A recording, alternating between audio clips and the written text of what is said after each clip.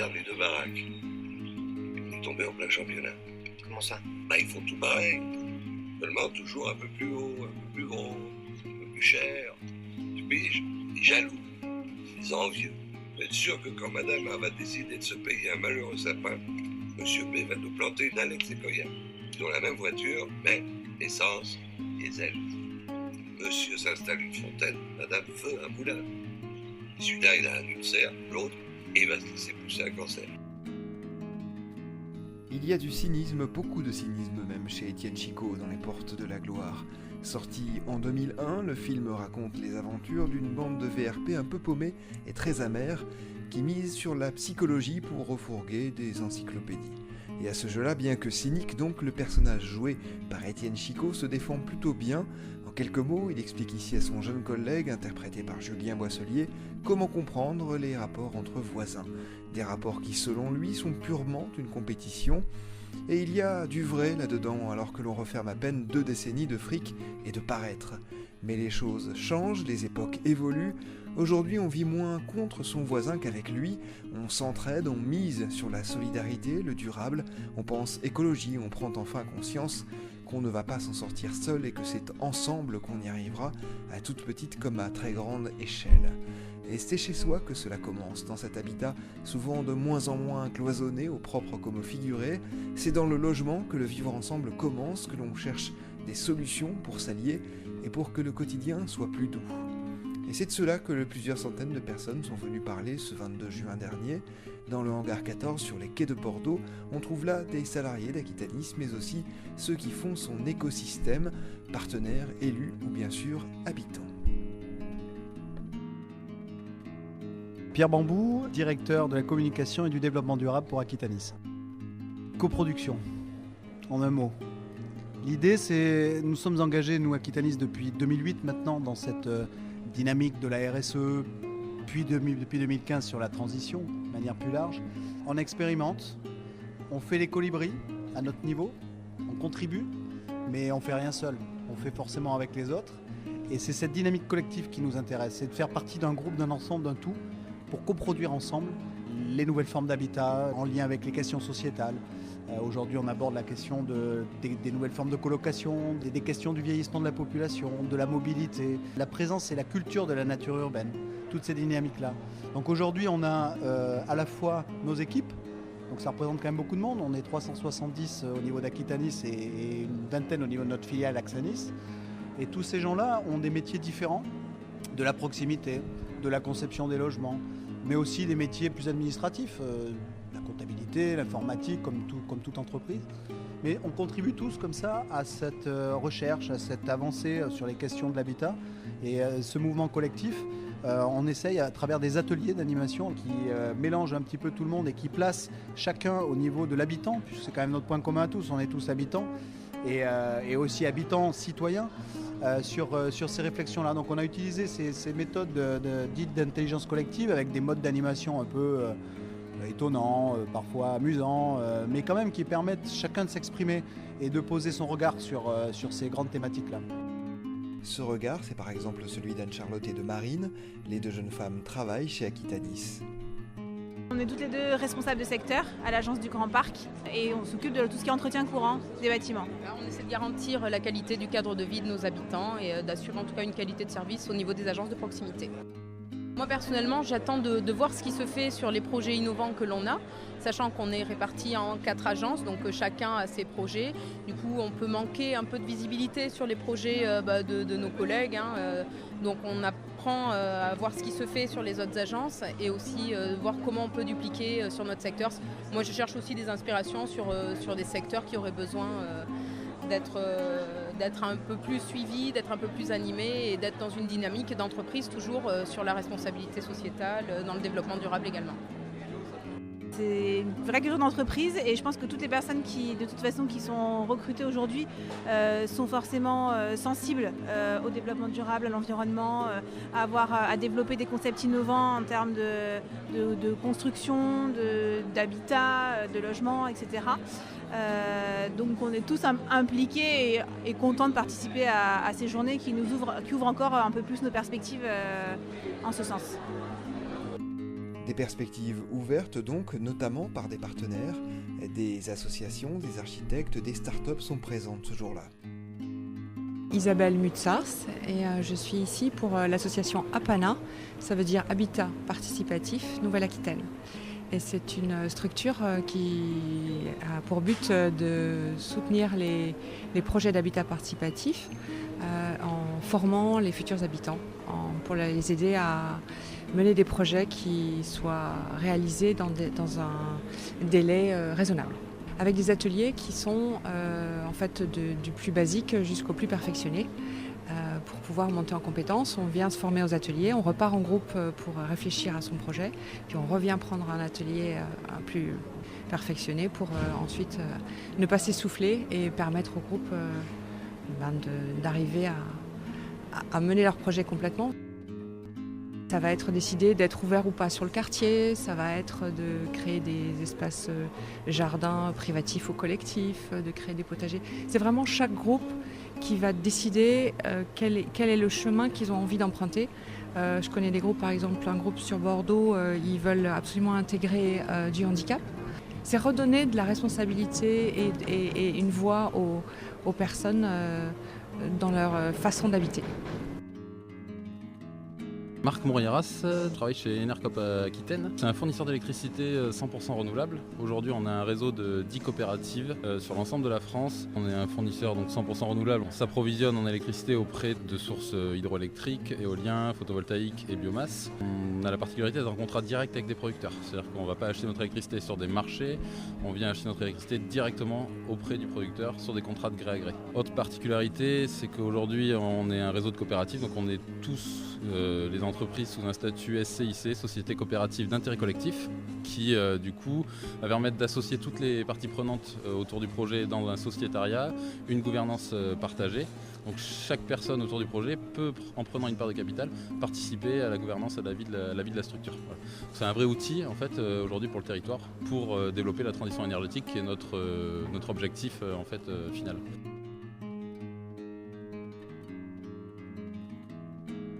Sabine Hippolito de la Corderie de Bordeaux.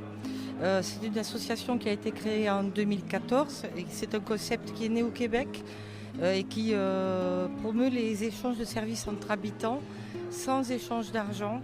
Et la monnaie d'échange est le temps. Et le temps, nous en avons tous, tout comme des compétences, des talents à partager et de la solidarité.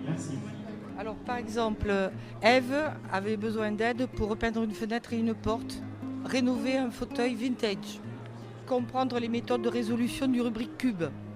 On a aussi cuisiné un repas en proposition, aménager son intérieur. Ce sont plein d'initiatives et d'alternatives à de la consommation et puis à des gestes citoyens. On a quelque chose à amener au niveau de la solidarité et de la citoyenneté. Voilà. Anne-Charlotte et Marine, elles, sont passées par ces stands. Elles assistent maintenant à la confection d'un potager urbain et elles donneront des nouvelles de leurs herbes à leurs professeurs d'un jour. Aussi, comme ça, si un jour on veut changer la terre, tout ça, on n'a pas tout à refaire, ça ne s'est pas mélangé. Très agréable et on a surtout gagné une petite jardinière, donc on est très contents, on va pouvoir l'installer dans nos bureaux. On va leur envoyer des photos régulièrement en fonction des pousses. Donc eux, ça leur permet aussi d'avoir un petit visuel de comment ça peut se passer ailleurs. Et puis nous, du coup, au bureau, ça va être super agréable d'avoir, on a choisi de la menthe et du thym. Donc on va la mettre dans la cantine. Voilà. Place maintenant aux ateliers évoqués un peu plus tôt par Pierre Bambou, et certains ont effectivement de quoi surprendre. Attention, il fait de plus en plus chaud et c'est l'alerte canicule. Formez des habitants et voilà, bravo. Allez, on les déclare ex-aequo ? Oui, on les déclare ex-aequo. Nous avons 2 rues de la Fraîcheur à Bordeaux, ça y est. Moi, je m'appelle Karine Turcin. Et moi, c'est Charlotte Galliot. C'était un atelier qui parlait de la consommation collaborative. Le but, c'était de sensibiliser le public à toutes les formes de partage et de mutualisation qui existent sur leur maison, leur quartier, pour trouver des nouvelles solutions pour plus de confort, plus d'économie, gagner du temps, comme par exemple partager sa voiture, partager son appartement quand on part en vacances, ça c'est connu. Mais on leur a soumis des scénarios de familles qui avaient plein de problèmes de temps, de gestion d'enfants, de jardin à utiliser, etc. Et on leur a demandé de trouver des solutions pour collaborer avec leurs voisins, pour résoudre leurs problèmes personnels. et d'imaginer à partir de ça l'impact positif que ça a sur eux-mêmes, gain de temps, gain d'argent, moins de stress, sur le voisinage, lien social, etc., sur le territoire et sur la planète. Mathieu Dubourg. Alors j'étais animateur, facilitateur sur un atelier d'action qui s'appelait La Cible. Et donc il y a eu 3 groupes de 50-60 personnes qui sont venues pendant 1 heure pour expérimenter ce jeu. Et le but de La Cible, c'était de se positionner par rapport à une mise en situation sur la thématique de l'habitat, de l'urbanité. Donc plus on se mettait au cœur de la cible, plus on était engagé personnellement. Du coup, c'était ce qui a été intéressant, c'est que chacun a raconté son parcours, son expérience personnelle et pas professionnelle. En étant acteur, quelque part, on a envie d'utiliser encore plus cet espace public qui fait le lien entre les nouvelles et les anciennes constructions. Moi, c'est un peu plus égoïste que ça. Je me dis que si je co-construis quelque part, je peux maîtriser un peu ce qui se passe. Du coup, ça m'intéresse de comprendre et de maîtriser un peu ce qui va se passer et ce qu'il y aura plus tard et donner mon avis. Julie Dumont. Alors moi je fais partie de la Tribu du Changement, qui est une association qui regroupe des professionnels de la facilitation, de l'animation, des comédiens. Et donc on favorise les techniques d'intelligence collective et on anime des réunions, des groupes. Voilà. Donc j'étais là pour animer un Brain Café sur les nouveaux modes de cohabitation. Alors concrètement, je leur ai demandé de s'interroger sur les nouveaux modes de cohabitation, c'est-à-dire les cohabitations intergénérationnelles, par exemple les personnes âgées ou les retraités actifs qui ont envie de cohabiter, les nouveaux modes de cohabitation un peu plus innovants comme des mamans solo qui peuvent avoir envie de se regrouper dans un même logement pour partager les tâches ménagères, la garde des enfants, une certaine forme de sociabilisation, voilà. Et les modes de cohabitation entre personnes, je dirais, qui ont des affinités communes, type colocation d'étudiants ou colocation d'artistes, pourquoi pas. Voilà. Donc on leur a proposé des profils de gens qui souhaitaient cohabiter.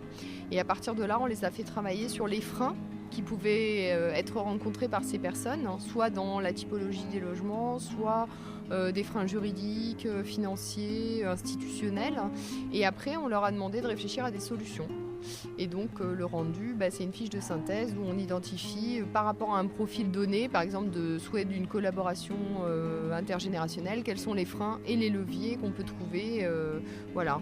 Alors avec évidemment des solutions qui concernent les typologies de logement, l'aménagement du logement, l'insonorisation, la recherche d'intimité, l'indépendance, des lieux communs, des lieux privés, voilà. Hervé Labourdic. C'était autour de la nature urbaine, voilà, avec 3 sous-thématiques: la nature urbaine à vivre, la nature urbaine à cultiver et la nature urbaine pour se nourrir. Donc il y avait 3 niveaux différents. Pour ça, j'ai utilisé un mode opératoire. Moi, j'étais sur l'idée des idées catapultées, c'est-à-dire de mettre véritablement en pratique l'expression qui dit on va jeter des idées. Et là en fait c'est vraiment le mettre en pratique, puisque l'idée c'est d'interroger les gens sur une thématique, de leur laisser un temps pour faire des propositions sur des petites feuilles de papier, d'en faire des petites catapultes, des petites munitions, des petites boules de papier, et tous ensemble de jeter ces idées-là. Voilà. On reste quand même dans le et si c'était possible, et dans l'idéal, quoi. Voilà.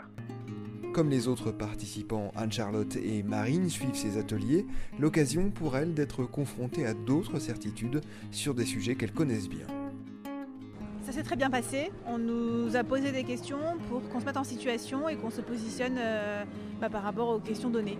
Sur les espaces communs, les espaces individuels, comment on s'intégrerait dans une démarche de construction, soit seul, soit dans quelque chose de collectif, que ce soit dans de l'accession ou dans du locatif. En argumentant tout simplement sur pourquoi on s'est positionné de telle ou telle manière, pour ou contre. On n'a pas tous les mêmes avis finalement sur des sujets qui nous touchent tous et pour lesquels on est concerné souvent par le travail. Je pense que c'est un exercice en fait qu'on pratique déjà au quotidien. On travaille beaucoup sur les projets participatifs. Donc on essaie, avant de construire ces projets-là, nous aussi de se mettre en situation et de se mettre à la place du locataire. Donc du coup c'est un exercice qu'on fait déjà. Moi personnellement je sais que le participatif c'est quelque chose que j'accompagne et que je porte volontiers. À titre personnel je sais que ça ne correspond pas à mon besoin. Donc je pense que là c'est voir si ce que l'on propose est en adéquation avec le besoin du locataire. Je suis assez surprise de certains positionnements et de certains arguments, mais qui finalement sont tout à fait compréhensibles en fonction des situations professionnelles, des actualités. Tous les arguments sont justifiés, mais ils ne correspondent pas forcément à ce que j'aurais pensé de prime abord. Il y a un monsieur qui a parlé de l'habitat participatif en disant qu'en fait, en gros, les gens ne pouvaient pas réellement s'investir sur 3 ans, faire des compromis, etc. Alors que moi, à titre professionnel, je le vis et je vois que les gens sont vraiment capables de trouver des compromis, de suivre des grandes lignes conductrices et de ne pas forcément être centrés que sur leurs propres besoins et d'être capable de se mettre aussi à la hauteur justement du groupe à partir du moment où il est investi. Je m'appelle Charlotte Neymarck. On est un organisme de formation qui s'appelle Décalé. Et Décalé, nous on fait de la formation sur tout ce qui est compétences relationnelles à partir des techniques d'improvisation théâtrale. Alors c'était sur la frugalité de l'habitat. Donc la frugalité de l'habitat en gros c'est comment répondre à ses besoins et ses satisfactions en tant qu'habitant tout en diminuant les ressources nécessaires. Voilà, pour arriver à son confort. Donc en gros c'est comment est-ce que on est mieux en consommant moins. Et on a fait ça à partir d'un débat mouvant. Voilà. Et le débat mouvant, en gros, c'est des positionnements dans l'espace. Donc, des gens qui ont dit une affirmation. Les personnes peuvent être d'accord, pas d'accord, ou au milieu, nuancées. Voilà, je sais pas, ou je suis oui mais, etc., etc. Et donc, en fait, sur les affirmations, les gens se plaçaient selon leur adhésion ou pas à l'affirmation. Puis, chaque groupe devait définir 3 arguments qui confortaient leur positionnement dans l'espace. Et à la suite de ça, les gens pouvaient bouger en fait pour dire ah mais ouais en fait cet argument est beaucoup trop bien, c'est vrai, je vais changer de place. Donc voilà, et puis après ils se répondent entre eux, etc., etc. Sarah Labayette d'Écloseurs de Talent. Alors, Écloseurs de Talent, c'est une entreprise principalement sur tout ce qui est intelligence collective, médiation et coaching. Donc aujourd'hui, nous faisons un atelier autour de l'intelligence collective à travers une méthodologie qui s'appelle l'anti-problème. Donc c'est une technique qui permet finalement de sortir de ces champs habituels pour pouvoir générer des solutions. Donc c'est un atelier de génération de solutions et en même temps de diagnostic inversé. Donc ça consiste finalement à prendre la problématique inversée. La problématique de base, c'était comment adapter l'habitat aux enfants. Et donc on l'inverse, on va faire en sorte de rendre totalement l'habitat hostile aux enfants. Et là, on va demander aux gens de se lâcher, d'être dans la non-cohérence, le non-jugement, le lâcher-prise, tout ce qui vient par rapport à faire en sorte que l'habitat soit totalement hostile. Ce qui est intéressant, c'est qu'on se lâche, on sort des idées qui ne sont des fois pas habituelles, et après, on prend un second temps pour pouvoir les retranscrire en positif. Je vous invite à vous fermer les yeux pour bien visualiser la situation. Fin des ateliers, l'occasion pour Anne-Charlotte et Marine de tirer un bilan plutôt positif de cette journée. Moi, ce que j'ai retenu, c'est que la journée était très riche, aussi parce que du coup, il y a des intervenants extérieurs qui ont pu se présenter et nous présenter des projets, encore une fois, innovants, et que ce soit à titre personnel ou professionnel, dont on pourra se servir pour l'avenir, en fait. Et du coup, c'était plus riche d'avoir des personnes extérieures et pas de rester dans le microcosme d'Aquitanis, bien qu'il soit déjà assez riche, mais... Ça permet effectivement d'avoir une vision plus ouverte. Justement, habituellement, c'est les intervenants Aquitanis qui présentent les ateliers. Là, le fait d'avoir des personnes extérieures, on a des gens dont c'est le métier, dont c'est vraiment la compétence et qui partagent avec nous. Donc on apprend beaucoup et du coup, je pense que ça fait germer en nous aussi des idées pour mettre en place ce qu'on a vu aujourd'hui et voir comment on peut articuler maintenant par rapport à notre vie professionnelle, en tout cas, voir comment on peut dupliquer sur nos secteurs. Et pour Pierre Bambou, le directeur de la communication et du développement durable d'Aquitanis, l'objectif est atteint, réfléchir sur des questions qui importent au bailleur social, participer à une prise de conscience des salariés et à la progression des thématiques dans l'esprit de chacun. Ça fait maintenant une dizaine d'années qu'on travaille sur cette matière-là, sur ces questionnements-là, à travers le travail au quotidien, à travers des projets concrets aussi, qu'on peut mettre en lumière. C'est aussi le rôle de la communication, c'est pouvoir essayer de montrer un peu ce qui se passe. Toutes ces expérimentations-là, on les met sous scope aussi. C'est-à-dire qu'on fait un travail sociologique, on est accompagné par des chercheurs pour essayer de capter un peu tout ça. Donc on le partage. Je pense que petit à petit, ça infuse. Puis de toute façon, ce sont des citoyens. Donc des gens qui sont, au-delà de leur travail, confrontés au quotidien à des problèmes de logement, de vieillissement, sont bien conscients eux aussi des problématiques environnementales. Là, on vient de vivre 5 jours de chaleur extrême. Voilà, ça touche tout le monde, quoi. Donc à un moment, oui, je pense que le travail qu'on fait en interne, plus aussi la perception qu'ils ont de la société de par leur vie de tous les jours, ça nourrit aussi cette conscience.